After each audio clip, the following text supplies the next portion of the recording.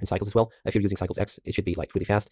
Like I see here like 10 samples is just enough. Like yeah, 3 samples is even good, like good enough. And you don't even need denoising on, like I have it deactivated essentially. So maybe 16 samples is just good enough, you know, and just your rendering is done. You don't need anything more than that. Explore with thumbnails. Make sure that you do have your own made out of the like you know, not really asset in mind. Like say we have to make say we are making a scene with satellites. Quickly here, I'll switch back to the viewport shading, and under scene, I'll make a new scene. So I'll just here, new scene. This scene is essentially like a brand new scene. It does not preserve any settings. It's just like a new scene, you know, a new empty scene. Again, I'll go into under layers, shadow, and then maybe. So I'll just make a huge plane here. The good thing about this is that, of course, you can switch between scenes, have an object copied, so Control C, and then switch back here. Make sure that I have the clip end a little bit further back. Control V. The object is now even pasted at the location it was looking at. So sorry, yeah, there we go. So it does have the same metadata as the original one. So yeah, maybe have something looking like a satellite.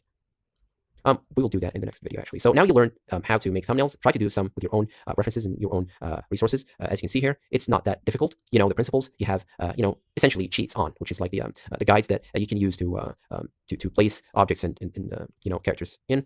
It's not really that hard. The only thing you need to pay attention to is that when making your composition, you are not going over the top with it. It should be simple. It should be graphical, representative. It doesn't have to have details.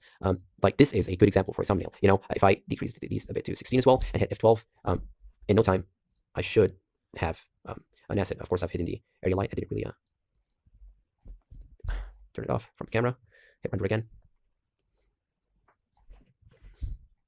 And stiff combined, I'll go to shadow.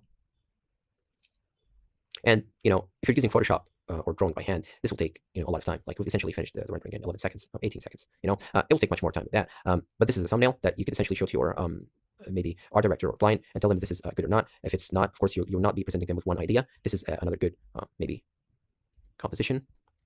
I can actually change the sun location again, rotation, so that I can have some, you know, light here. Yeah, maybe actually have it from behind and have an object being behind the character, casting shadow. Let's select the sun, have this rotated from behind, so the character itself is lit up, but it has a shadow in front of him. So this is another composition we're looking at, and you know, the more you play with it, the more you'll have